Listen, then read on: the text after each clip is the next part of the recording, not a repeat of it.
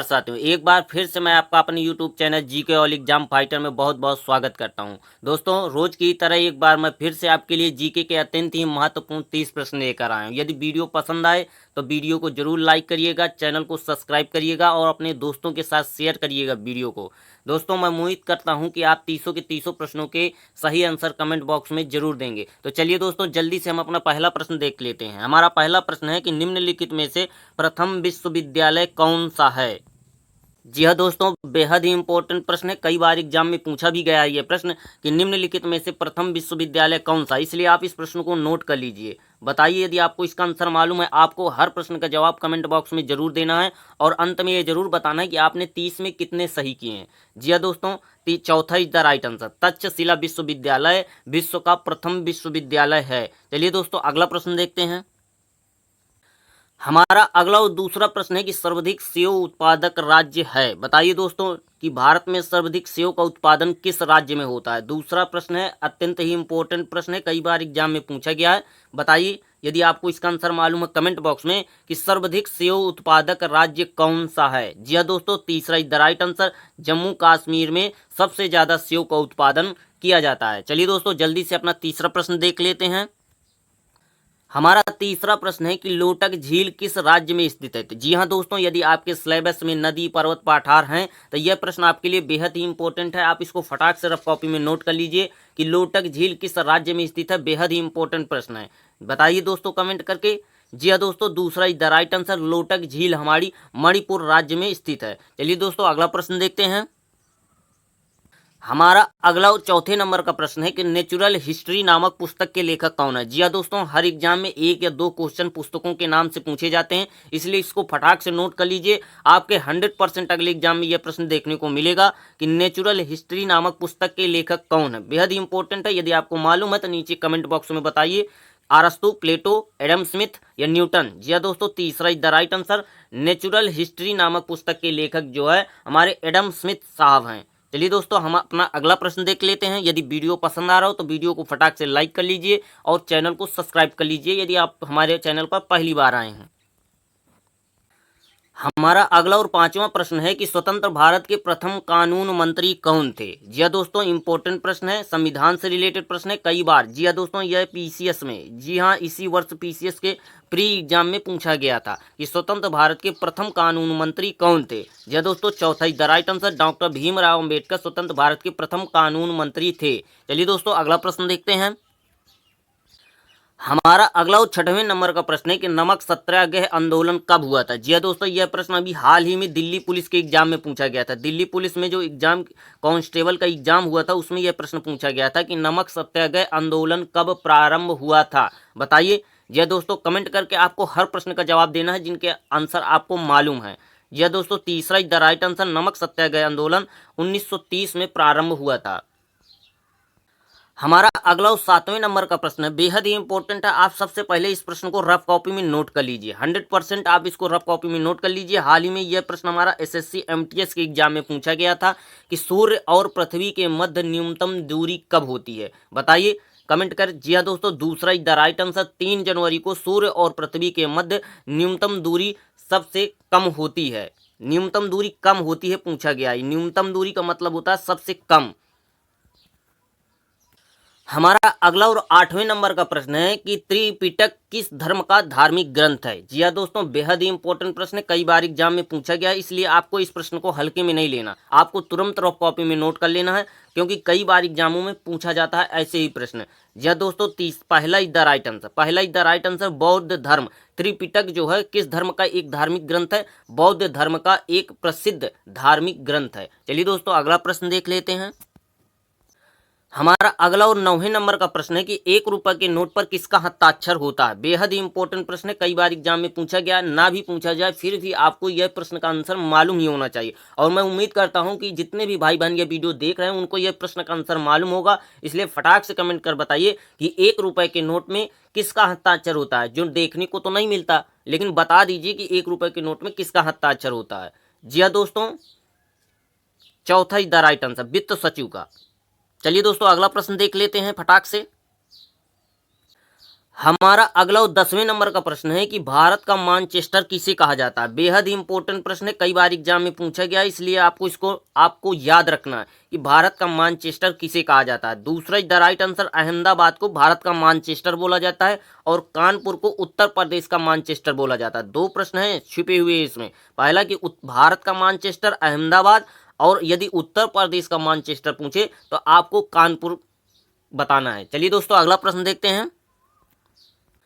हमारा अगला और 11वें नंबर का प्रश्न है कि राजतरंगिणी पुस्तक के लेखक कौन है। यह प्रश्न बेहद ही इंपॉर्टेंट है, कई बार एग्जामों में पूछा गया। यह हाल ही में यह प्रश्न टीजीटी, जी हाँ दोस्तों, हिंदी में जो टीजीटी की एग्जाम होती है उसमें यह प्रश्न पूछा गया था कि राजतरंगिणी पुस्तक के लेखक कौन है। बताइए फटाक से कमेंट करके। जी हाँ दोस्तों, चौथा द राइट आंसर, राजतरंगिणी पुस्तक के लेखक कल्हड़ जी हैं। चलिए दोस्तों अपना अगला और 12वें नंबर का प्रश्न देखते हैं।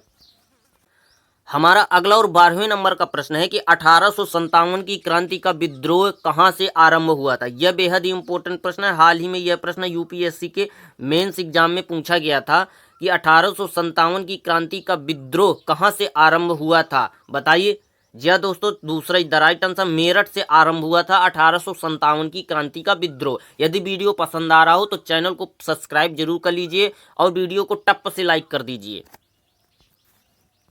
हमारा अगला और 13वें नंबर का प्रश्न है कि रानी झांसी बाई की समाधि स्थली कहाँ स्थित है। जी हाँ दोस्तों, रानी झांसी बाई की समाधि स्थली कहाँ स्थित है। बेहद ही इंपॉर्टेंट प्रश्न है, कई बार एग्जाम में पूछा गया, इसलिए आपको इसको हल्के में नहीं लेना, तुरंत रफ कॉपी में नोट करना है। बताइए आंसर फटाक से।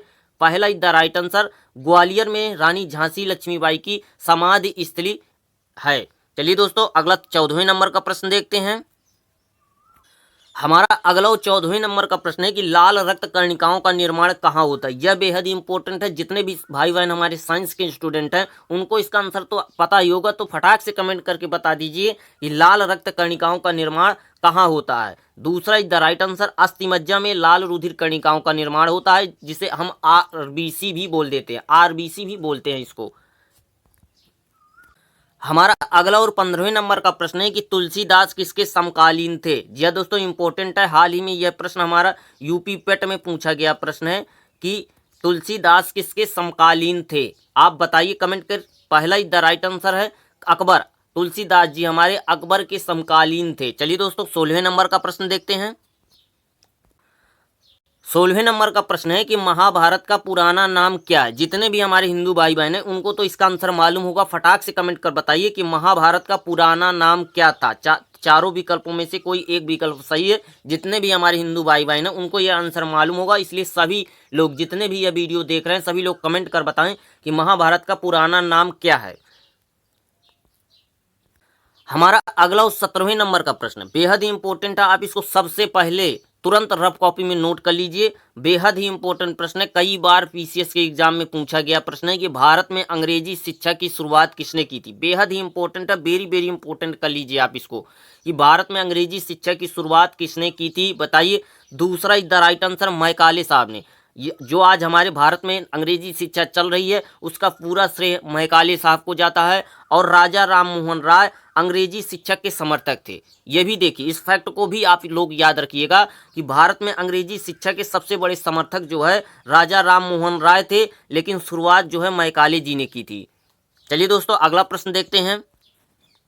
हमारा अगला और 18वें नंबर का प्रश्न है कि मानव में कुल कितने प्रकार के दांत पाए जाते हैं। बेहद ही इंपॉर्टेंट है लेकिन इजी भी है, जितने हमारे साइंस के स्टूडेंट हैं उनको ये आंसर मालूम होगा। फटाक से कमेंट बताइए कि मानव में कुल कितने प्रकार के दांत पाए जाते हैं। मानव में दांतों की संख्या तो मालूम होगी, 32 पाए जाते हैं, लेकिन मानव में कुल कितने प्रकार के दांत पाए जाते हैं। 4 प्रकार के दांत पाए जाते हैं। चौथा द राइट आंसर, मानव में कुल 4 प्रकार के दांत पाए जाते हैं। कृंतक, रंधक, चवर्णक और अग्रचवर्णक, ये 4 प्रकार के दांत पाए जाते हैं। चलिए दोस्तों 19वां प्रश्न देखते हैं। हमारा अगला और 19वें नंबर का प्रश्न है कि सबसे प्राचीन वेद कौन सा है। बेहद ही इंपॉर्टेंट प्रश्न है, कई बार एग्जाम में पूछा गया और 100% आपको इसका आंसर मालूम भी होगा। कमेंट कर बताएं कि निम्न में से सबसे प्राचीन वेद कौन सा है। जी हाँ दोस्तों, चौथा द राइट आंसर, ऋग्वेद हमारा सबसे प्राचीन वेद है। जितने भी भाई बहनों ने अब तक वीडियो को लाइक नहीं किया, यदि वीडियो पसंद आ रहा हो तो टप से लाइक कर दीजिए।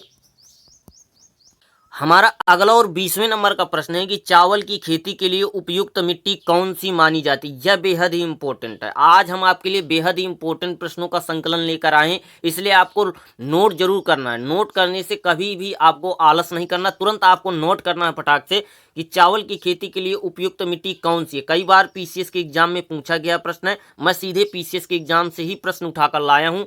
बताइए जय दोस्तों, दूसरा द राइट आंसर, चावल की खेती के लिए दोमट मिट्टी सबसे उपयुक्त मानी जाती है। चलिए दोस्तों 21वें नंबर का प्रश्न देखते हैं।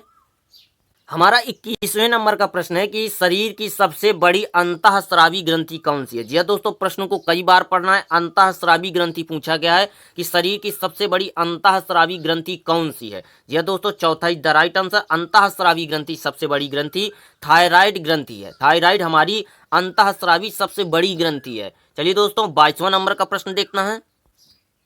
हमारा अगला और 22वें नंबर का प्रश्न है कि भारत का सबसे बड़ा शहर कौन सा। यह बेहद इंपॉर्टेंट प्रश्न है, कई बार एग्जाम में पूछा गया है, इसलिए आप इसको नोट जरूर कर लीजिए और आंसर आपको मालूम भी होगा। कई ऐसे प्रश्न होंगे जिनके आपको आंसर मालूम होंगे, लेकिन फिर भी आपने एक बार भी कमेंट नहीं किया होगा, इसलिए आपसे विनती है कमेंट कर बताएं कि भारत का सबसे बड़ा शहर कौन सा है। जी हाँ दोस्तों, चौथा the right answer, Mumbai Bharat का सबसे बड़ा शहर है। चलिए दोस्तों 23वें नंबर का प्रश्न देखते हैं। हमारा अगला और 23वें नंबर का प्रश्न है कि राष्ट्रीय ध्वज की लंबाई और चौड़ाई का अनुपात क्या है। यह बेहद इंपॉर्टेंट प्रश्न है, हमारे सभी देशवासियों को इसका आंसर मालूम होना चाहिए। यदि नहीं मालूम है तो आज से मालूम हो जाएगा कि हमारे राष्ट्रीय ध्वज की लंबाई और चौड़ाई का अनुपात क्या होता है। ऐसा नहीं कि सीधा झंडा गए दिया टेलर को उसने सिल दिया, नहीं, एक निश्चित अनुपात है। बताइए कि राष्ट्रीय ध्वज की लंबाई और चौड़ाई का अनुपात क्या है। जी दोस्तों, दूसरा द राइट आंसर 3:2। चलिए दोस्तों, यदि वीडियो पसंद आया हो तो आप पहली बार आए तो सब्सक्राइब कर लीजिएगा, और यदि आपको वीडियो पसंद आ रहा हो तो शेयर करिए दोस्तों के साथ और टप से लाइक करिए। हमारा अगला और 24वें नंबर का प्रश्न है कि न्याय की जंजीर के नाम से किसे जाना जाता है। जी हाँ दोस्तों, बेहद ही इंपॉर्टेंट प्रश्न है। हाल ही में यह प्रश्न हमारा टीटी के एग्जाम में पूछा गया था, जो 5 से 8 तक की होती है। जूनियर टीटी में पूछा गया था कि न्याय की जंजीर के नाम से किसे जाना जाता है। तीसरा द राइट आंसर, जहांगीर को न्याय की जंजीर के नाम से जानते हैं। चलिए दोस्तों अगला प्रश्न देखते हैं। हमारा अगला और 25वें नंबर का प्रश्न है कि उत्तर प्रदेश की कृषि विभाग की स्थापना कब हुई थी। यह बेहद ही इंपॉर्टेंट प्रश्न है, आप इसको सबसे पहले रफ कॉपी में नोट कर लीजिए। यकीन मानिए कि आप जिस अगले एग्जाम में बैठने वाले हैं उसमें 100% यह प्रश्न पूछा जाएगा कि उत्तर प्रदेश में कृषि विभाग की स्थापना कब की गई थी। बताइए। जी हाँ दोस्तों, दूसरा द राइट आंसर 1 मई 1920 को 1 मई 1920 को उत्तर प्रदेश में कृषि विभाग की स्थापना की गई थी। गलत प्रिंट हो गया है, 11 मई लिख गया है, 1 मई है, 1920 है। चलिए दोस्तों 26वें नंबर का प्रश्न देखते हैं। हमारा अगला और 26वें नंबर का प्रश्न है कि विश्व का सबसे गन्ना उत्पादक देश कौन सा है। जी हाँ दोस्तों, बेहद ही इंपॉर्टेंट प्रश्न है, कई बार ऐसे प्रश्न भी एग्जाम में पूछ लिए जाते हैं। बेहद ही इजी प्रश्न है, कई बार एग्जाम में पूछा भी गया है। आप एक गन्ने का और दूसरा जो है हमारा उसका कॉफी का याद कर लीजिएगा। जी हाँ दोस्तों, कॉफी का भी याद कर लीजिएगा कि सबसे अधिक कॉफी का उत्पादन किस देश में होता है। हाल ही हम अपने प्रश्न में आते हैं कि विश्व का सबसे गन्ना उत्पादक देश कौन सा है। जी दोस्तों, चौथा द राइट आंसर, ब्राजील में सबसे ज्यादा गन्ने का उत्पादन किया जाता है। कॉफी का भी आप कमेंट कर बताएं। हमारा अगला 27वें नंबर का प्रश्न है कि सहायक संधि किसे से संबंधित है। जी हाँ दोस्तों, जो सहायक संधि थी वह इन चारों में से किससे संबंधित थी। किसने सहायक संधि को जो है योजना लाई थी, बताइए कमेंट कर। जी हाँ दोस्तों, पहला द राइट आंसर, सहायक संधि हमारे लॉर्ड वेलेजली से संबंधित थी। इन्होंने ही सबसे पहले सहायक संधि की नींव रखी थी, उसका प्रस्ताव रखा था और उसको जो है जारी किया था। हमारा अगला और 28वें नंबर का प्रश्न है कि भारत में पहला आधार कार्ड कब बनाया गया था। यह बेहद ही इंपॉर्टेंट प्रश्न है, कई बार एग्जाम में हाल ही में प्रश्न पूछा भी गया है, इसलिए आपको इसको नोट कर लेना है कि भारत में सबसे पहला आधार कार्ड कब। अगला और 29वें नंबर का प्रश्न है कि विश्व में हरित क्रांति के जनक कौन माने जाते हैं। यह बेहद ही इंपॉर्टेंट प्रश्न है, सैकड़ों बार मैंने खुद कई बार एग्जाम दिया है, तो मुझे भी यह कई बार प्रश्न देखने को मिला, इसलिए मैंने सोचा कि इस प्रश्न को भी हम अपने जो वीडियो उसमें शामिल करते हैं कि विश्व में हरित क्रांति के जनक कौन माने जाते हैं। बताइए कमेंट कर फटाक से, बेहद इंपॉर्टेंट है। मैं यकीन मानिए कि आपने रफ कॉपी में नोट कर लिया होगा। तीसरा is the right answer, Norman Borlaug हरित क्रांति के जनक माने जाते हैं। इंपॉर्टेंट है, छोड़िएगा नहीं नोट करने से। हमारा अंतिम और 30वें नंबर का प्रश्न है कि भारत एवं पाकिस्तान का विभाजन किस योजना के तहत हुआ था। बेहद ही इंपॉर्टेंट प्रश्न है, आपको इसको ध्यान में रखना है कि भारत और पाकिस्तान का जो विभाजन हुआ था वह किस योजना के तहत हुआ था। जी हाँ दोस्तों, दूसरा is the right answer, Mountbatten योजना के तहत भारत के 2 टुकड़े किए गए थे। मैं तो यही मानता हूं कि भारत के 2 टुकड़े हुए थे, भारत और पाकिस्तान का विभाजन नहीं हुआ था, भारत के ही 2 टुकड़े हुए थे, क्योंकि पाकिस्तान जैसा नाम शब्द था ही नहीं। तो यही माउंट ब्रेटन योजना थी जिसके अंतर्गत भारत और पाकिस्तान का विभाजन किया गया था। नमस्कार साथियों, आज का वीडियो हमारा यहीं पर समाप्त होता है। यदि आपको ये लगे कि वीडियो हमारे काम का है, पहली बार चैनल पर आए तो चैनल को सब्सक्राइब करिए, वीडियो पसंद आया है तो लाइक करिए, दोस्तों के साथ शेयर करिए। नमस्कार। जीके और एग्जाम फाइटर को जरूर याद रखिएगा।